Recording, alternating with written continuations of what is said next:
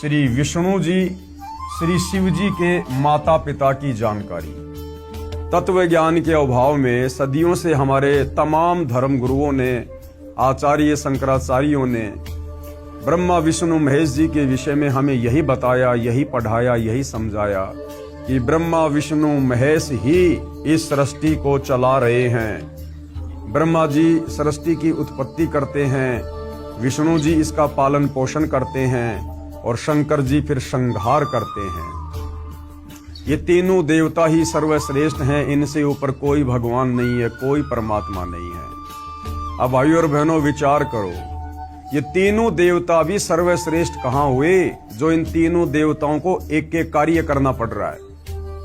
अगर यही सर्वश्रेष्ठ परमात्मा होते तो ये सारा का सारा कार्य तो इनमें से अकेला कोई एक ही कर लेता, लेकिन तीनों देवताओं को अलग अलग कार्य करने पड़ रहे हैं। जीवों की उत्पत्ति का कार्य श्री ब्रह्मा जी कर रहे हैं, जीवों के पालन पोषण का कार्य श्री विष्णु जी कर रहे हैं और अंत में मारने पीटने का, संहार करने का कार्य श्री शंकर जी कर रहे हैं। तो ये फिर आधे अधूरे हुए, ये कंप्लीट कहाँ हुए? अगर कंप्लीट होता तो इनमें से कोई एक ये सारे कार्य कर लेता, क्योंकि परमात्मा तो समर्थ होता है, सक्षम होता है।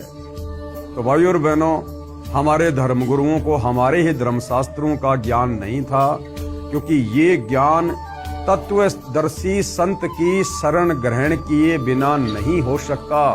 हमारी बुद्धि नहीं खुल सकती। हम सब जीव कैटेगरी के प्राणी हैं, वो चाहे हमारे धर्मगुरु हो, चाहे 33 करोड़ देवी देवता हो, चाहे ब्रह्मा विष्णु महेश हो, हम सब जीव कैटेगरी में हैं। और ये कार्य स्वयं परमात्मा ही संत रूप धारण करके, तत्वदर्शी संत का रूप धारण करके, वो परमात्मा परम अक्षर ब्रह्म, सच्चिदानंद घन ब्रह्म, वो कबीर देव, वो परमेश्वर स्वयं ही इस भेद को आकर खोलते हैं।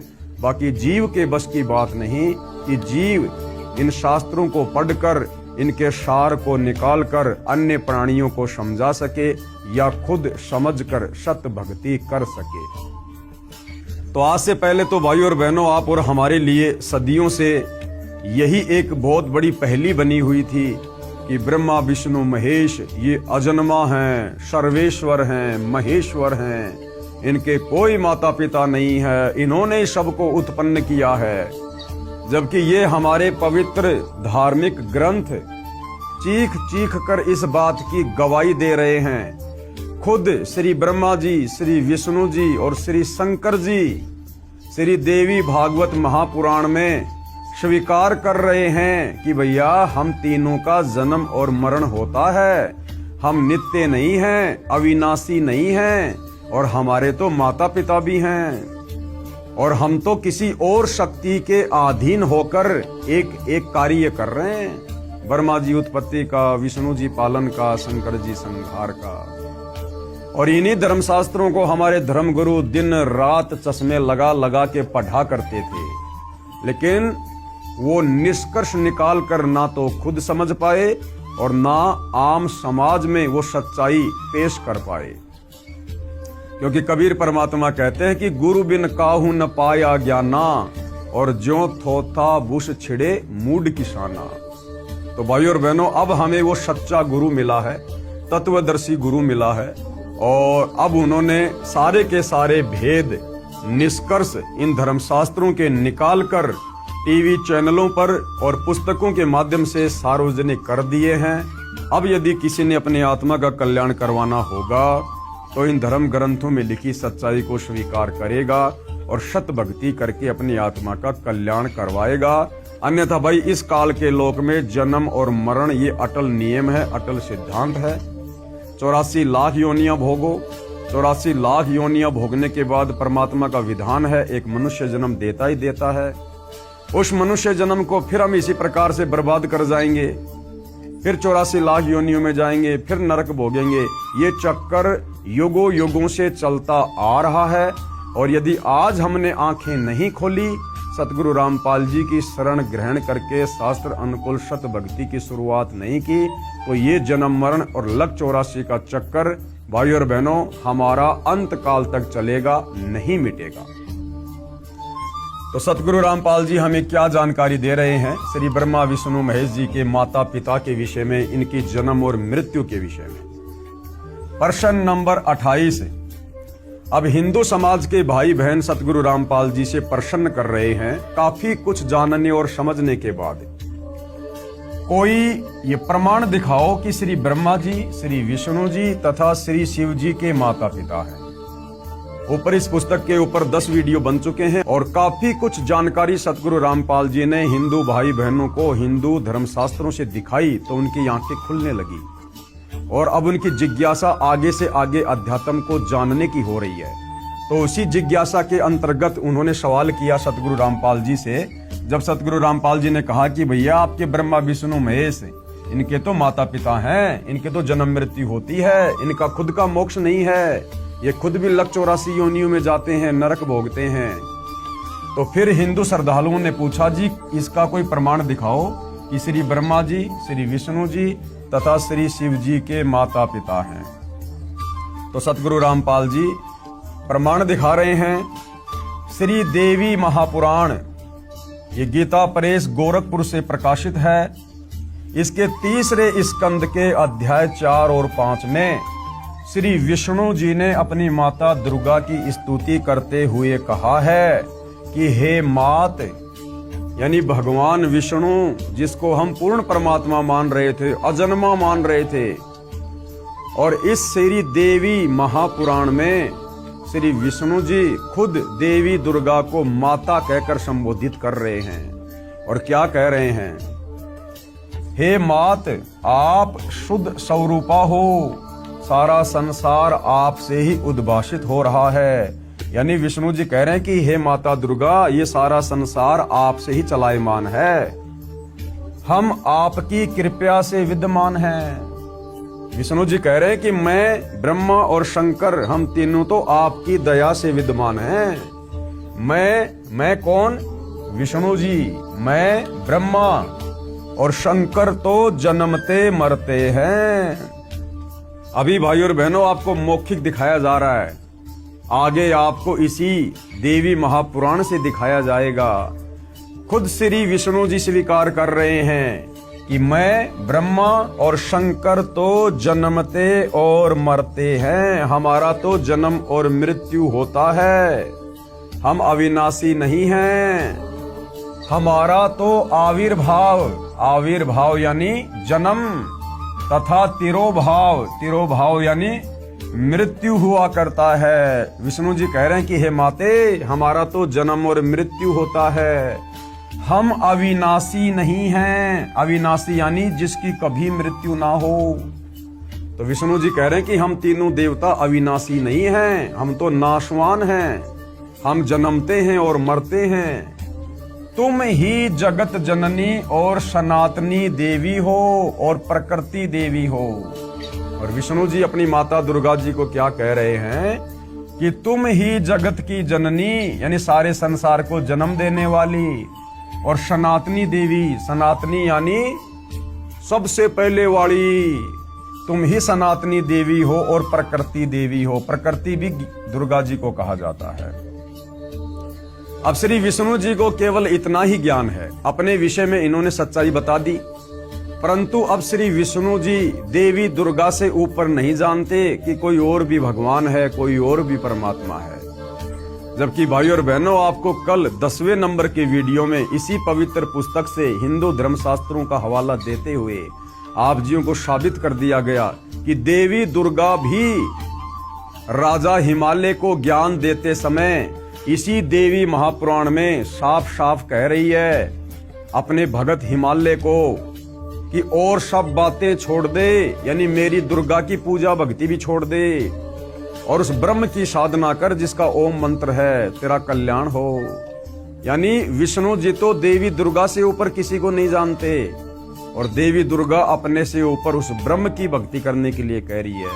और वो ब्रह्म यानी वो काल जो गीता का ज्ञान देता है, वो गीता जी में अध्याय 18 श्लोक नंबर 62 में अर्जुन को अपने से अन्य किसी और परम अक्षर ब्रह्म अविनाशी परमात्मा की भक्ति करने के लिए कह रहा है। तो भाई और बहनों, हमारे धर्म गुरुओं का अध्यात्म ज्ञान तो घुटनों में था, घुटनों में।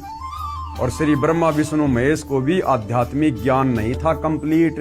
अगर श्री विष्णु जी को वेदों का ज्ञान होता, कंप्लीट आध्यात्मिक ज्ञान होता, तो देवी दुर्गा को सनातनी देवी कहकर संबोधित नहीं करता। तो क्या कह रहे हैं कि तुम ही जगत जननी हो और सनातनी देवी हो और प्रकृति देवी हो। अब शंकर भगवान क्या कह रहे हैं भाई और बहनों, अब शंकर जी के भी आध्यात्मिक ज्ञान का निष्कर्ष आप जियों के सामने है कि शंकर जी को कितना ज्ञान है। भगवान शंकर बोले, हे माता, यानी शंकर जी भी दुर्गा जी को अपनी माँ कहकर संबोधित कर रहे हैं। अब देख लो भाई और बहनों, हमारे धर्मगुरु कहा करते थे कि देवी दुर्गा का कोई पति नहीं है। अरे पति नहीं है तो देवी दुर्गा ने फिर ब्रह्मा विष्णु महेश ये तीनों पुत्र कहां से उत्पन्न कर दिए।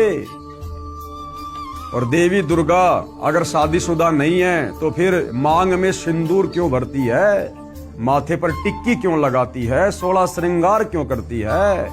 अगर उसका पति नहीं है तो फिर हम उसको माता क्यों कहते हैं, बहन क्यों नहीं कहते। तो भाई और बहनों, अध्यात्म की कमी के कारण अब भगवान शंकर बोले, हे माता, विष्णु के बाद उत्पन्न होने वाला ब्रह्मा जब आपका पुत्र है तो क्या मैं तमोगुणी लीला करने वाला शंकर तुम्हारी संतान नहीं हुआ, अर्थात मुझे भी उत्पन्न करने वाली तुम ही हो। अब शंकर जी ने भी बिल्कुल निष्कर्ष दे दिया। भाई विष्णु जी ने तो पहले कह दिया कि तुम जगत जननी हो, सनातनी देवी हो, हम तो जन्मते और मरते हैं, हे माता। उसके बाद शंकर जी भी कह रहे हैं कि हे माता, जब ब्रह्मा और विष्णु भी तुम्हारी संतान है, तुम्ही से उत्पन्न हुए हैं, तो क्या मैं तमोगुणी लीला करने वाला शंकर क्या तुम्हारी संतान नहीं हुआ, अर्थात मैं भी तुम्ही से उत्पन्न हूं। शंकर जी ने भी फाइनल कर दिया कि मेरी भी माता यही दुर्गा है, मुझ शंकर का जन्म भी दुर्गा देवी से हुआ है। एक बार ध्यान से पढ़िए। भगवान शंकर बोले, हे माता, विष्णु के बाद उत्पन्न होने वाला ब्रह्मा जब आपका पुत्र है तो क्या मैं तमोगुणी लीला करने वाला शंकर तुम्हारी संतान नहीं हुआ, अर्थात मुझे भी उत्पन्न करने वाली तुम ही हो।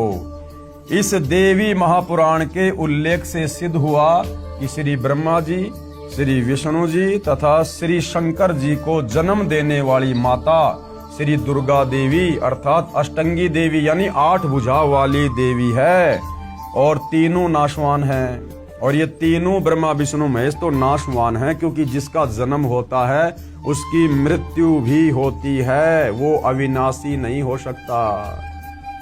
अब भाइयों और बहनों, आपको ये प्रमाण दिया जाएगा, हिंदू धर्मशास्त्रों से प्रमाण दिया जाएगा।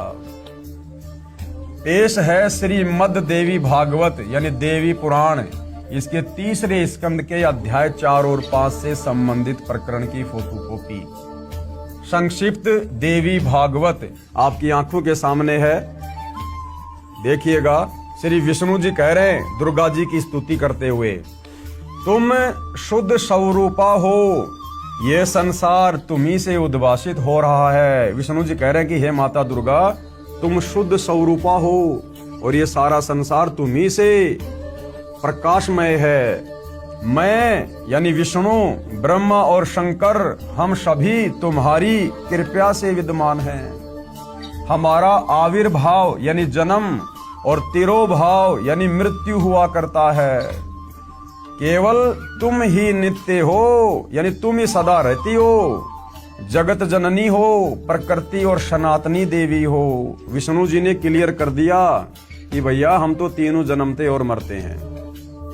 अब भगवान शंकर क्या कह रहे हैं? शंकर जी कह रहे हैं, भगवान शंकर बोले, देवी, यदि महाभाग विष्णु तुम्ही से प्रकट हुए हैं, यदि विष्णु जी का जन्म तुम्ही से हुआ है, तो उनके बाद उत्पन्न होने वाले ब्रह्मा भी तुम्हारे ही बालक हुए।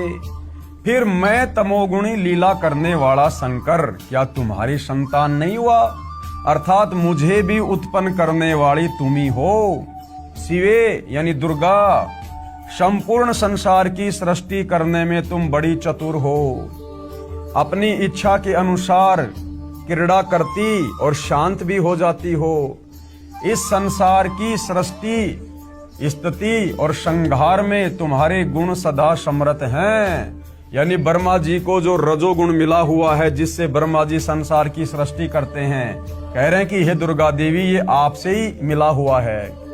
और स्थिति यानी विष्णु जी को जो शतोगुण मिला हुआ है, जिसके कारण वो पालन पोषण करते, स्थिति को बना के रखते हैं, तो कह रहे हैं वो स्थिति यानी वो शतोगुण भी आप देवी दुर्गा से ही मिला हुआ है।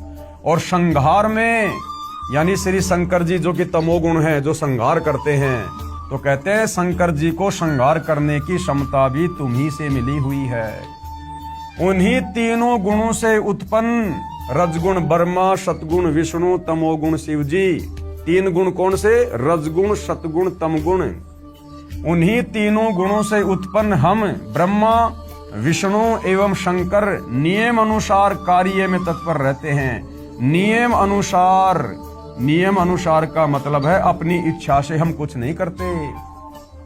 आपने हमें जो ड्यूटी दे रखी है, जो कार्य दे रखा है, एक एक ये गुण देकर ब्रह्मा जी को रजोगुण युक्त बनाकर, मुझे शतोगुण बनाकर और शंकर जी को तमोगुण बनाकर आपने जो ये ड्यूटी दे रखी है, स्थिति की, उत्पत्ति की और संहार की, कह रहे हम तीनों देवता आपके अधीन होकर नियम अनुसार, यानी जो आपकी आज्ञा होती है, हम तो कार्य में तत्पर रहते हैं। तो भाइयों और बहनों, इस छोटे से प्रकरण में ये स्पष्ट कर दिया कि ब्रह्मा विष्णु महेश की जन्म और मृत्यु होती है, ये अविनाशी नहीं है। दूसरा मैटर, ये देवी दुर्गा, ये देवी दुर्गा इन तीनों की माता है। नंबर 3, ये तीनों देवता एक एक गुण युक्त हैं। रजगुण ब्रह्मा, सतगुण विष्णु और तमोगुण शिव जी। इतने सारे कंसेप्ट इस छोटे से प्रकरण में क्लियर कर दिए हैं। जो भाई ये सवाल कर रहे थे कि भाई दिखाओ हमें कोई प्रमाण कि ब्रह्मा विष्णु महेश की माता कौन है, तो भाई हिंदू धर्मशास्त्र में जिसकी कथा हमारे धर्मगुरु आए दिन करते रहते हैं, श्री देवी महापुराण, इसी में साफ साफ आपको लिखा हुआ दिखा दिया है। मन में कोई शंका हो तो बाजार से गीता प्रेस गोरखपुर से प्रकाशित जिस श्री देवी महापुराण का आपको हवाला दिया गया है, आप जी लाकर देख सकते हैं।